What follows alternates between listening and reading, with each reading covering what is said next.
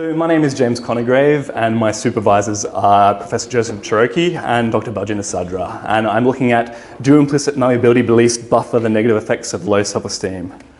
Just the format of today, I'll be going over a literature review. I'll talk about the aims of my project, the studies, and the timelines at which I'll achieve it in.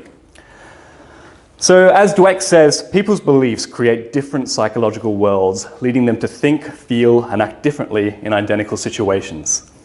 I think it's clear in this period of the scientific tradition and history generally that beliefs really do matter. They're not impersonal events that don't relate to the larger world, and they are measurable. But what is interesting is that we keep discovering that even subtle oscillations in beliefs, such as in malleability beliefs, can actually have quite real-world ramifications for how we respond to different challenges and meet different needs. Take, for instance, a belief in neuroplasticity, and it's not going over, that's annoying. There we go. Take, for instance, a belief in neuroplasticity. So this is a belief in the malleability of the brain.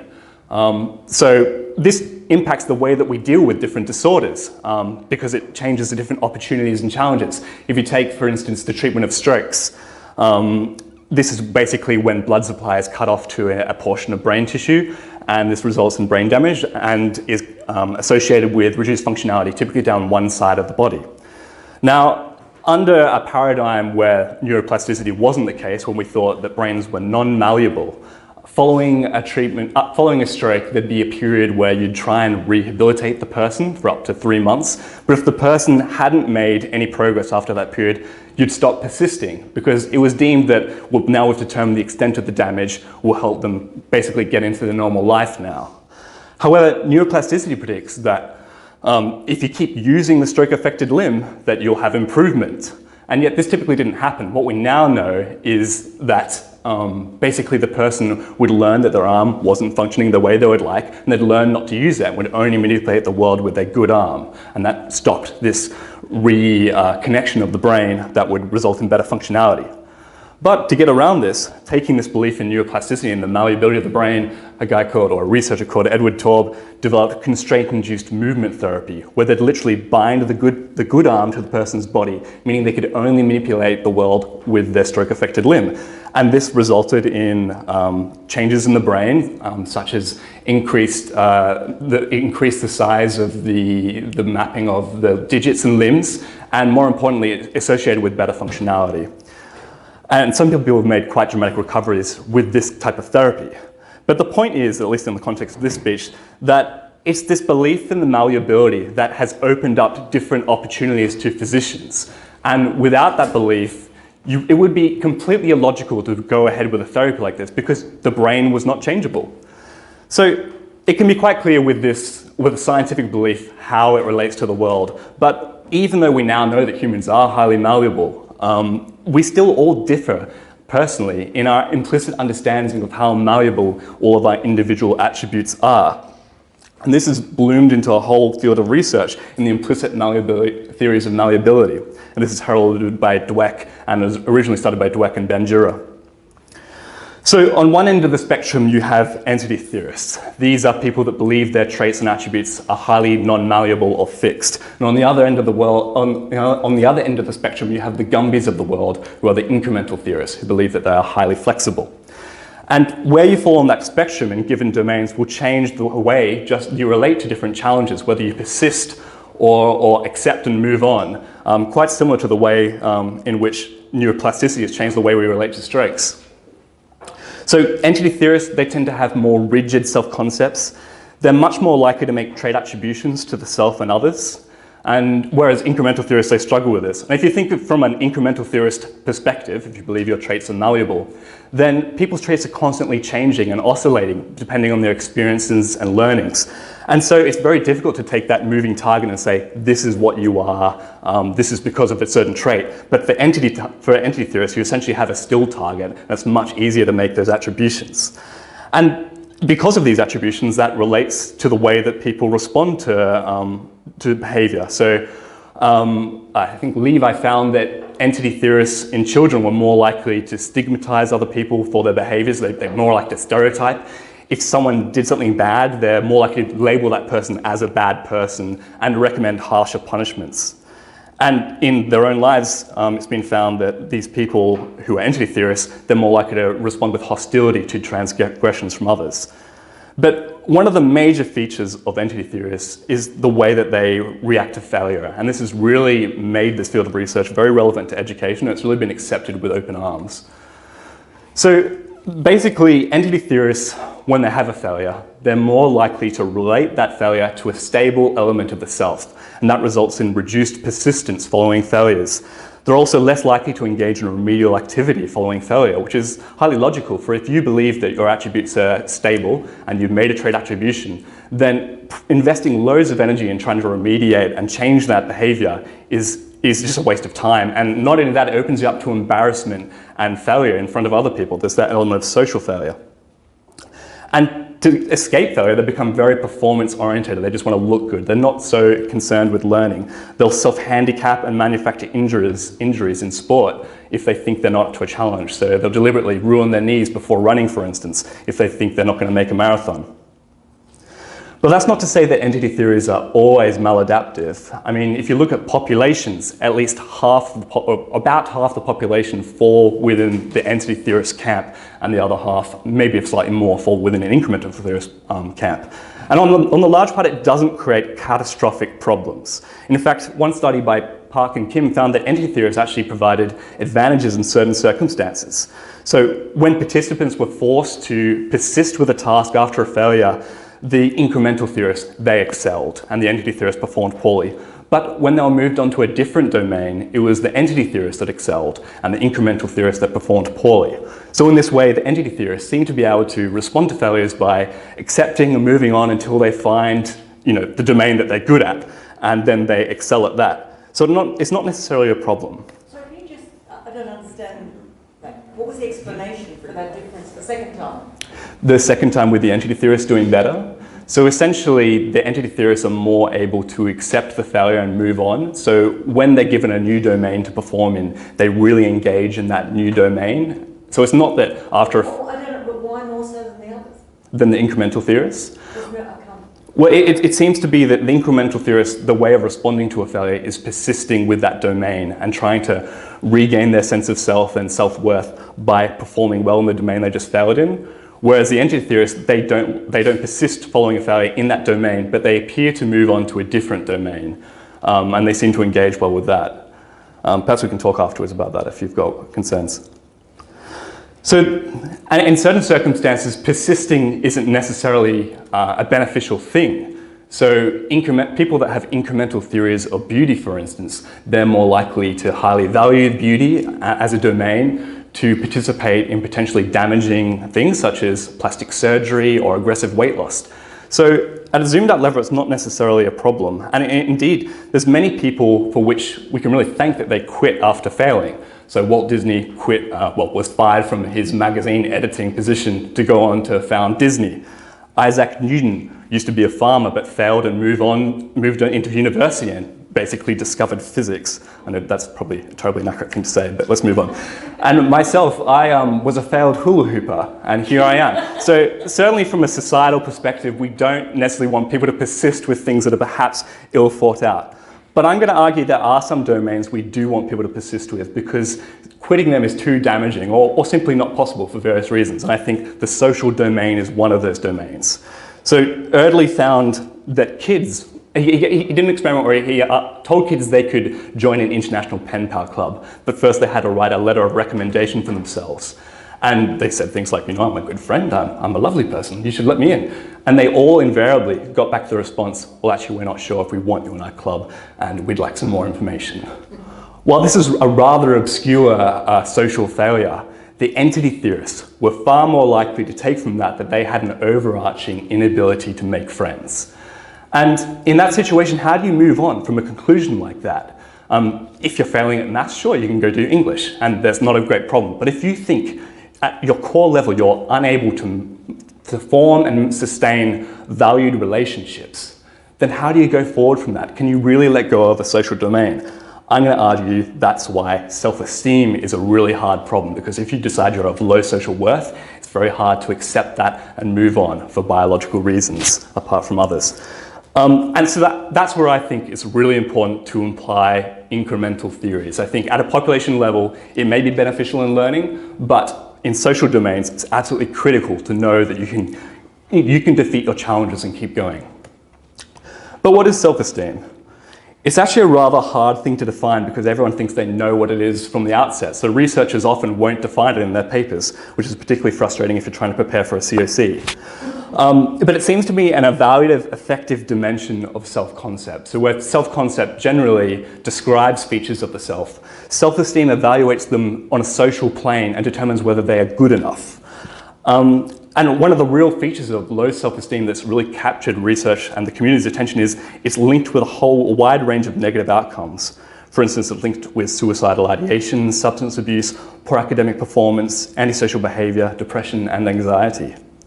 And not only that, like the entity theorists, they also suffer from poor failure reactions. After a failure, someone with low self-esteem is more likely to have reduced persistence, they have increased negative affect, reduced self-confidence, and are more likely to have a hopeless reaction. And that's a real problem. As Samuel Beckett said, ever tried, ever failed, no matter, try again, fail better. Embracing failure is incredibly important for learning. So the situation people with low self-esteem find themselves in is they're unsatisfied with their life, but they're paralyzed to do anything about it because they can't accept and learn from their own failures. So because low self-esteem has been identified as a problem, there's been an intense amount of interest in trying to raise it within the self-esteem movement, which happened in the 70s, 80s, and 90s, where self-esteem training was viewed as a panacea for socioeconomic problems. It was meant to reduce dependency on welfare, increase employment, and so forth. But at least at a population level, this self-esteem training has received mixed results. Certainly in individual cases, it's been highly useful in helping people overcome problems. But at a population level, it relied on the assumption that there was actually a self-esteem deficit in Western nations. But as Baljinder points out, that's not clear. And actually, when you put people on these scales of self-esteem, the average of the population is well above the midpoint. But perhaps importantly, these approaches have failed to look at any adaptive qualities of self-esteem. For example, Leary suggests that it might act as a sociometer. So we often take for granted that we live in large societies now, and in a large society, you're relatively safe from social exclusion. It's not going to be the end of the world. But that's relied on certain technological advances. This is the first known writing that we've ever discovered from the city of Uruk 5,000 years ago. And it's actually a taxation document, so it's from an administrator. And without these advances, you can't actually hold societies together, and actually at the same time, you start seeing kingdoms arise. And before that, agriculture's allowed people to live in larger communities. But 12,000 years ago, at the dawn of the agricultural revolution, prior to that, we were only living in very small groups. And given that Homo sapiens came about 200,000 years ago, our vast evolutionary history, and before that as well, we've been in tiny groups. And in that situation, it's absolutely critical that you are not excluded socially, because if you're ejected from a clan, then you're going to find yourself starving to death, attacked by an animal, or at the very least, not reproducing, which is all evolution needs. So in this way, self-esteem is hypothesized to act as, or theorized to act as a sociometer. So as you have different social interactions, your self-esteem oscillates up and down. So when there's a threat of exclusion, it goes down, and it causes people to become more inhibited and more cautious. And in that way, they can respond effectively. If they're annoying someone that's bigger than them, they're less likely to be chucked out. So people have suggested that by locking people into a constant high state of self-esteem with self-esteem training has actually caused them to be more antisocial, as they can't effectively respond to social cues, and it's even been linked to narcissism by Kirsten Neff and so forth. So this leads us to another potential way to deal with low self-esteem, and that's by identifying factors that change the experience of those with low self-esteem. So Michalak found that people that were more mindful, they had worse outcomes if they had low self-esteem. Sarah Marshall at our own institute, she's found that self-compassion, in a similar way, it buffers people from the negative effects of, mental illness, and they have better well-being if they're more self-compassionate. One of the challenges with instigating a program, though, from these things is that poor failure reaction. So a mindfulness intervention might be effective in raising those two factors. But to first do that, we need to keep people engaged with their pursuits by improving their failure reactions. And one way you can do that is through changing their attribution style. So Matowski found that generally people with low self-esteem have hopeless and depressed reactions to failure. But that depends on them also relating their failures to fixed, stable elements of the self. And that relates to entity theorists. So if you can change and stop people relating their failures to themselves, to trait attributions, then you can potentially disrupt that relationship with failure. And that's where I think implicit theories are going to come back. And I think incremental theories may really help people in this situation. So we already know they affect attribution styles. Jaeger found that they improve social functioning. So after social exclusion in a cyberball experiment, it was found that people taught an incremental theory were less likely to act with aggression and have lesser desires for vengeance and actually act more pro-socially. For personal development care, people have also been found who have incremental theorists to be more interested in behavioral solutions to mental illness and distress, whereas entity theorists are more likely to want to take a pill for it. So and also with increased interest in remedial activity, people with incremental theorists may be better off in terms of seeking out self-care. And finally, another factor that might help, that there seems to be differences in the way that incremental theorists and entity theorists repair their self-esteem. So Nussbaum and Dweck found that entity theorists, they like to engage in downward social comparisons after a failure to repair self-esteem. But incremental theorists were actually able to use the learning process itself, the actual very act of remediating their problem, to improve their self-esteem. So this is the way I think it's going to work. I think that it's important to look not just at the dimension of self-esteem, but actually at a dimension of their implicit theory. Now, I think for people with high self-esteem, it's not going to matter so much whether or not you're an incremental or entity theorist. There's not going to be a lot of difference. I mean, if you think you're wonderful and you're the best person around, it doesn't really matter if you think that's due to stable elements of the self leaving you around forever or unstable elements that will perhaps not persist. But I think for the low self-esteem people, that's where we see differences. I think there is a difference between thinking you're worthless now, but your attributes are all malleable and you can improve that, to thinking you're worthless now and probably will be forever, as the reason why you're worthless is due to a fixed attribute.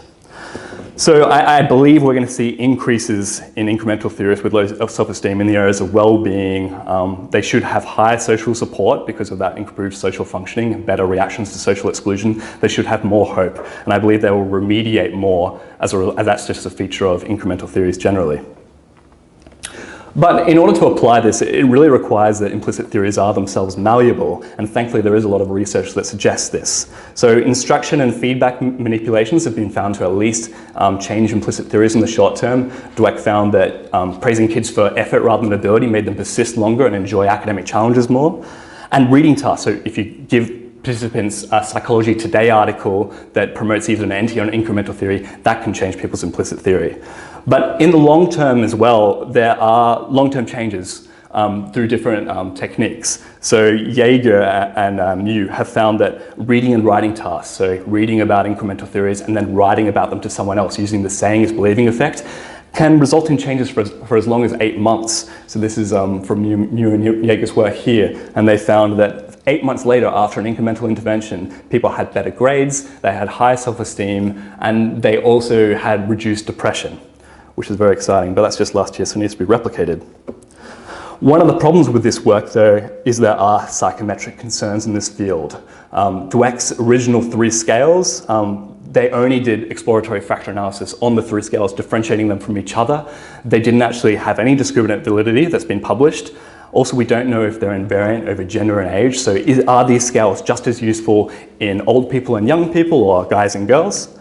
And there's been a whole myriad of scales developed which assume domain specificity, but we don't actually know if that's the case. For instance, this is the original scale, the theory of intelligence scale, and all that researchers have done is replaced the word intelligence and with different various domain words in order to translate it. And that's resulted in a huge number of scales, and we don't actually know, can you generalize across research using the theory of mathematic ability as research using the theory of intelligence, for instance? So I think more work needs to be done to resolve these issues. That brings me to my project and what I want to achieve in my PhD. So I aim to systematically review the literature because there is a lack of systematic reviews at the moment. I want to examine the psychometric properties of popular implicit theory measures. I want to look at whether implicit theories moderate the relationship between low self-esteem and a range of outcome variables such as hope, well-being, progress on strivings, and social support. I also want to test whether low self-esteem individuals with incremental theories are more interested in self-care and remediation following failure. So the first study I want to do is a systematic review. So I want to synthesize the existing research on implicit theories and also resilience and self-esteem. I want to pay attention to the domain specificity in this research, which still needs to be tested psychometrically. And this is the method with which I want to do it. I want to search 5 databases. I want to look at the reference list of popular authors in case we miss any, such as Dweck and Jaeger. And I want to include both published and unpublished works in case there's any publication bias. And if the methodologies and the outcome variables are similar enough, I'd hope to do a meta-analysis for this paper. Study 2, I want to look at the psychometric properties of implicit theory measures. So I want to look at the factor structure of popular implicit theory measures. And I also want to determine if hope and self-esteem are discriminate from implicit theories. Now, self-esteem, I think, at a face level is different, but as I'm looking at the relationship between the two of them, it is good homework to check that they are discriminate. Hope, on the other hand, I think there is at least some thematic overlap. Incremental theories imply that even if things aren't okay now, they can change in the future. Whereas hope says that even if you don't have the resources to do things now, you think you will have the resources in the future. So there could be some overlap there. And I also want to assess whether implicit theories measure over age and gender. So my hypotheses are that implicit theories will form a distinct 3-factor structure from each other, these 3 measures. I want to look at whether I think they will be invariant over age and gender, and I think they will be discriminate from self-esteem and hope. The method for this, I'm using a secondary database, which is from Joseph and Baljinder's previous work. It's an American community sample with about 8,000 participants, mean age of 49, standard deviation of 16.9. So it's actually a really wide range of the community. And measures the Rosenberg self-esteem scale, the implicit theories of personality, morality, and intelligence scales, and the adult hope scale. From the analysis I want to use, for factor structure, I want to use confirmatory factor analysis. For discriminant validity, I want to use correlations and CFAs. For gender and age invariance, I want to use multi-group CFAs. Study 3, this is actually studying the crux of my thesis. So do implicit malleability theories act as a buffer against the negative effects of low self-esteem in adults? So I aim to determine whether they do act as a buffer on outcomes such as well-being, hope, and value-driven aspirations. So I hypothesize that they'll moderate this relationship such that low self-esteem incremental theorists will have higher hope, higher flourishing, higher well-being, and also will make more progress on their personal strivings. For the method, I'm using the same database, and I'm using the same subset of measures, plus also the flourishing scale, the mental health continuum in short form by Keyes, and also a scale of personal strivings by Emmons and McAdams, which also involves how important strivings are, how much progress and how much autonomy you have over them. For the method, I'm using correlation and linear regressions, interacting implicit theories and self-esteem to predict outcomes. Study 4. This is a very similar study, but I'm changing the environment to schools this time to try and extend the research. So in this one, I aim, again, to test whether it buffers the negative effects of low self-esteem, but this time also on academic grades and the number of strengths of friendships, so looking at social support. I hypothesize that, again, low self-esteem incremental theorists will have more friendships and be listed as having more positive qualities than low self-esteem individuals who have entity theorists, and similarly that they will also have higher well-being and higher hope.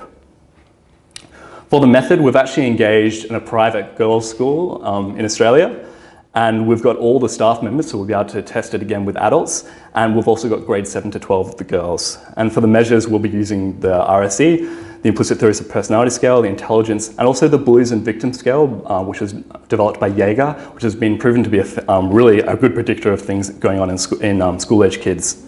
We're also using the adult hope scale, the flourishing scale, and peer nominations. So the kids are asked to recommend different students for positive attributes. For the analysis, using again correlations and linear regressions, one ethical issue with this paper could be that it does contain a sample of younger girls, and in order to prevent distress from the peer nominations, it includes an item asking them to tell us who they dislike. So we think that's actually unnecessary, so we're not going to include that one in this one. And we're going to get consent from parents and the assent from students to make sure it's all voluntary. And the final study, so do implicit malleability theories buffer low self-esteem individuals from negative reactions to failure? So this is one I'm actually working together with another student on, but we have independent hypotheses. So I've had to fit it in a little bit. But I'm aiming to look and see whether incremental theories moderate failure reactions in low self-esteem individuals, and whether or not a short-term manipulation of implicit theory can improve failure reactions in low self-esteem individuals. So what I think is going to happen is I think that incremental theorists will have improved mood relative to entity theorists following this failure. I think that they'll also be more likely to engage in remedial activity following the failure. And I think that reading an article promoting an incremental theory will reduce the failure reactions in these individuals. So the method is we're using an amateur golfing sample. And the measures here are the Rosenberg self-esteem scale, the implicit theory of personality scale. I'm also using an athletic version of that scale called the Conceptions of the Nature of Athletic Ability questionnaire, the CNAC2, and the positive negative effect schedule, the PANIS. And this procedure basically, now my half of the experiment is sort of midway point, but what's happening is we're telling students, the participants, that they're participating in a competition for a prize, which is actually deception. We're going to measure their mood, their implicit theories and self-esteem before the experiment. Then the subjects will be taught a mindfulness exercise in order to improve their golfing performance. But they'll be wearing occlusion goggles and also a headset, so they won't be able to hear the shot. They also, as soon as they hit the ball, their vision will be obscured, so they won't be able to see whether it went in or not, which allows us to do a failure deception. Then they'll either be randomly assigned to read an incremental theory or an entity theory article. We'll then get back to them with the failure feedback and say that they have performed poorly in the lower half of the participants. And in fact, to instigate social failure, their performance was so poor that the researcher has lost a bet. So just trying to exacerbate the low self-esteem there. We'll then retake the measures, so measure their mood and so forth, and ask the participants if they would like to sign up to a mindfulness program. Now, I anticipate because mindfulness, they've performed poorly after learning something to improve their performance, they should be shut off to learning more about mindfulness if they have entity theorists. But I think the incremental theorists will be more likely to stick with it and see if anything comes of it. And for the analysis, I'll use linear models and Mankovers. Ethical issues, there is deceptions, so we'll debrief them. We'll tell them there was no bet, there was no competition, and we'll reveal the actual results for them without comparing them against other participants. So the timeline, almost there. The data analysis is complete for study 2 and 3, and we've collected data for study 4 just this week. In 2016, I hope to collect the data for study 1 and 5, and I want to analyze study 1 and 4 and submit study 2, 3, and 4. In 2017, I hope to analyze study 5, submit study 5, and write and submit the thesis. So, thank you very much. Any questions?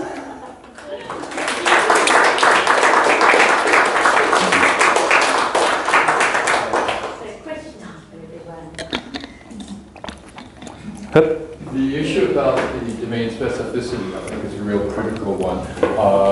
I suspect that these measures are highly domain specific, and that the general measure won't be appropriate for a specific domain, so that if you're in a school setting, it needs to be an academic measure. But the same for the self-concept. Yeah, no, I totally agree, although I think some of them, they maybe do tread on each other's feet. Let's try and get back to the slide, which was about 40 slides ago.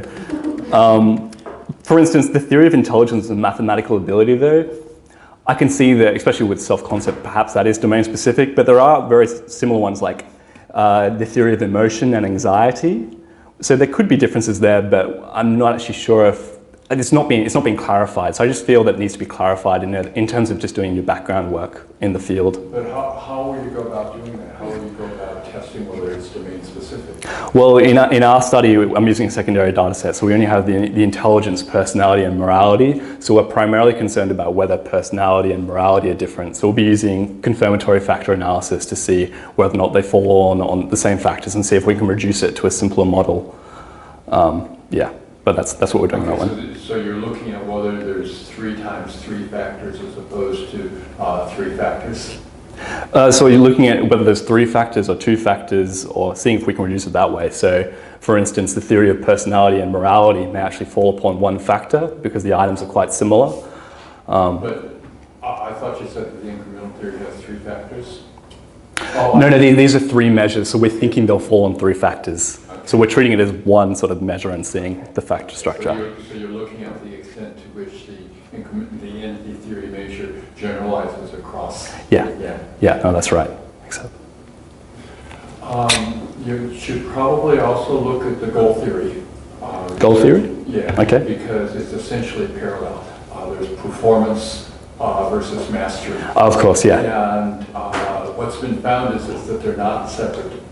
It's not bipolar. Oh, right. You can be both. In fact, there's a big argument that says that the best people are people that can use both. Yeah, no, I can see. Which is not inconsistent with some of the thinking that you were talking about in terms of flexibility, but it's probably inconsistent with some of the logic of some of your studies. Okay. You're assuming that this is a single bipolar continuum. Yeah, I mean, that's certainly been the way that the field of research has been constructed. Like you see, it's just agree, disagree to place people, but that would be a very interesting study. Actually, early on in Dweck's research, it wasn't. Okay. Early on in her research, there was separate entity and incremental factors. Okay, so it's been simplified over time. Yeah, no, that would be very interesting to look into. What would it look like? Would it be like, in this case, you'd have some, I'm saying things can't change, and another set that says, yeah, you can improve? How would Yeah. But they're not orthogonal. Huh? I think they're orthogonal, are they? don't sound like Well, they're not orthogonal, but they're not correlated -1, which is what you're assuming with the bipolar. I mean, it's essentially, I wonder, yeah. it's a positive negative item thing as well. Yeah. Yeah. I don't know why the field is moved in this way to make it a single dimension. Well, the goal theory, which is essentially parallel, the performance and mastery is essentially the two ends of this. They've taken quite a different perspective. Yeah. Okay, so. I'm not sure that it's exactly the same. Is it performance goals not necessarily equating to entity theory? I can get the other parallel, but... Well, I'm not talking about mastery. Yeah. Mastery orientation. Mastery orientation lining up with the incremental. Yeah. You're not saying, I thought you were saying that this is exactly parallel at both ends. No, I'm not saying exactly parallel. I'm saying there's similar constructs. Yeah, and certainly entity theorists are more likely to, there's lots of research saying they're more likely to have performance orientations, and incremental theorists are more likely to have mastery orientations. So it does link, I guess. How big is the overlap? I don't have the correlations here, I'm sorry. Yeah, but it's fairly reliably found. I'm not sure of the strength. Why is that? Why do entity theorists have performance goals? Well, actually, if you believe that your failures are due to a trait, then continuing with trying to learn through that failure is just exposing you up to embarrassment. So they tend to, at least, even if they think they can't do it, they will not always appear well. So to appear like they're not failures, they won't persist, essentially, or will self-handicap in order to generate socially acceptable reasons for failure. James, on that, there's an annual review of psychology article by Covington in 2001, which kind of draws together the goal theory and Dweck stuff and some of Rich's stuff. Okay. They come together. And so the quadrupolar model of need achievement is kind of separates between people who are performance orientated and are success driven versus those that are overstrivers. Oh, okay. So they overwork themselves because they're so afraid of not meeting that entity type standard. Oh no, wonderful. I'll have to get the full details for that later. That sounds interesting. That's good. Felicia? From the literature, it's clear that this basic construct of fixed versus flexible mindset is very powerful. At least that's my impression. My question, I have two questions. One is, what is known about the determinants of that mindset? Okay.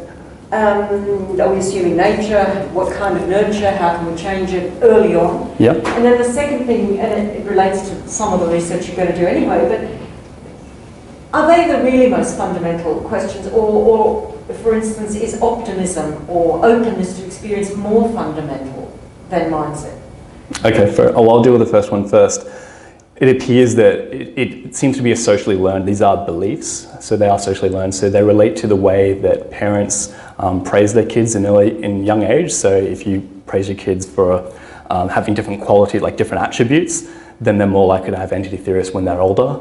And certainly, following once you've established these beliefs, they are highly vulnerable to social challenges. So it seems to be mostly, doesn't seem to be a genetic basis, but no one's ever done a twin study, so who knows. The second question about whether there may be factors that are more important, I'm sure there could well be, but I don't have any really way to weigh that up right now, so I'd have to sit down and have a look. Yeah. Yeah, Paul? Your 2x2 crossing self-esteem and entity theory, implicit theory. You mentioned up in the top, you thought that top right, you thought they have no trouble. I was thinking about whether incremental theorists also think that they can get worse. Well, yeah. When you look at the items, they're all framed into getting better. No, certainly. I think it may even be more comforting if you think you're wonderful to think that that's due to a trait than to think that it is malleable. I haven't actually seen any research to suggest that incremental theories ever do cause that kind of stress, but I can see how theoretically that could be possible. It's interesting though, if you look at the item, they're actually asymmetrical. They're about agency. They're about my ability to improve things rather than, they're not really about changeability. That's a good point. They're not about things. Yeah, if we look at it. You have a certain amount of intelligence and you can't really do much to change it. Yeah. It's actually a lot like locus of control, isn't it? Is it That's what I'm thinking. Yeah. Is they're sort of forcing those two aspects of locus of control into one. Yeah, no, certainly locus of control is part of it. Yeah. Yep. In your analysis, will you use implicit theory as a dichotomous construct or as a continuous variable? We'll use it as a continuous variable, I think. Yeah, because it plays quite nice like that. Yeah. I suspect that you'll find that there's a lot of databases around that would allow you to do several of the studies. Yeah. Huh? 45. I think if you're willing to have me for 6 years, I'll get some more databases. But certainly that is a good tip. Yeah. I Yeah. have a couple of them myself. Oh, good. Well, we'll talk.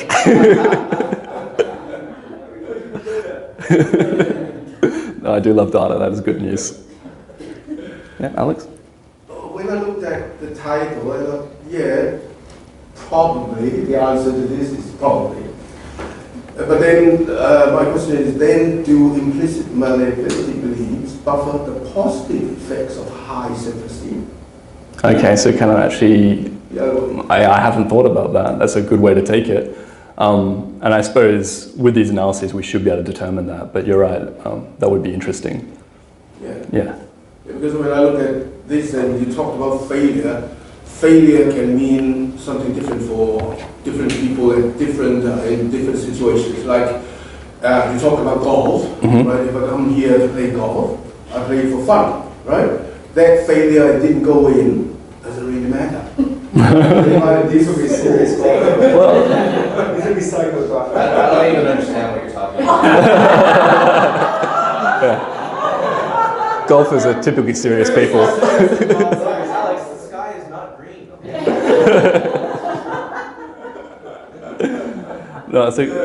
No, that would be interesting, but we will be able to see how self-esteem does interact with implicit theories, not only in low self-esteem, but high self-esteem. So we hopefully should be able to see if there is any problem there, but that's a good point. But it's related to those two questions, and I'm just thinking of, high self-esteem being fixed. People used to believe that because they're from a certain social class or group, that they were somehow superior. That probably had some function to, versus crawling away out of this slumps, and I've made it, but I can lose it at any time. There's some flaw in me that's going to pull me back down or something like the Great Gatsby, right? Yeah. Great Gatsby effect. We have to find it first. It's an imaginary. Yeah. No, that's a good point. Yeah.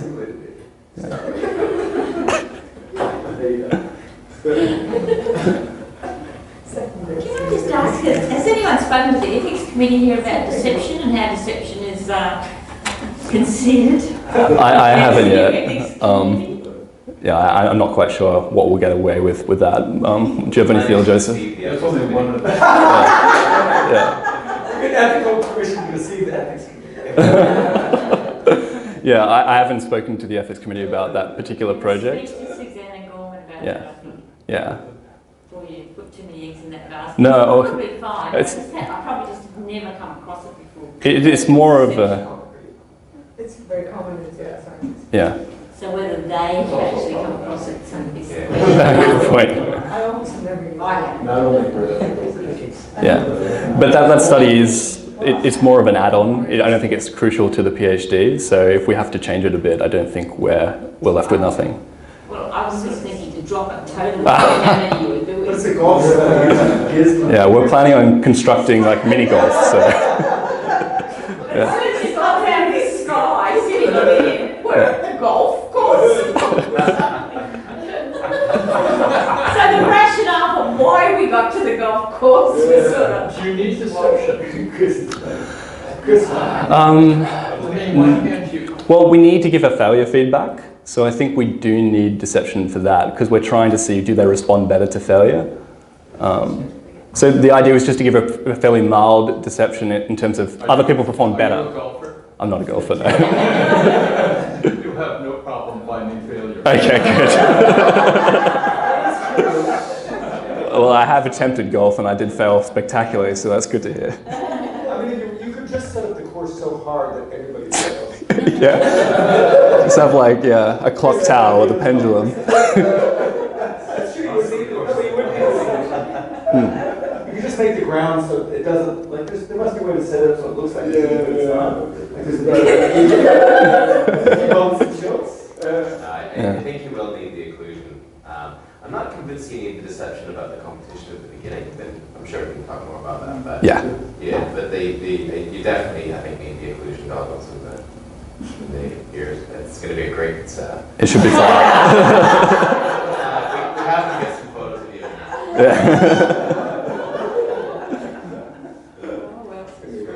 Felicia? I may have missed this, but do you have something like a measure of self-acceptance? No, I don't believe we do. Others, self-compassion. Is that what We have you- self-compassion.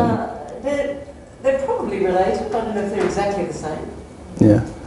Well, we could definitely look at it. I don't know what, because we've already collected most of the correlational data sets, so I don't know if we can add it in now, but But so you do have self-compassion. Yeah, we have self-compassion.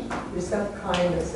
Yeah, Other self-kindness. self-kindness. There's one of the big five, or not the big five, one of the mindfulness sub-factors is self-kindness. Yeah. That's not acceptance.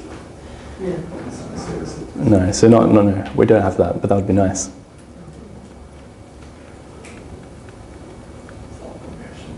Okay, you done questioning? I'm going to make Hope so. one comment, James. Yep. This is more to the other PhD students in the room.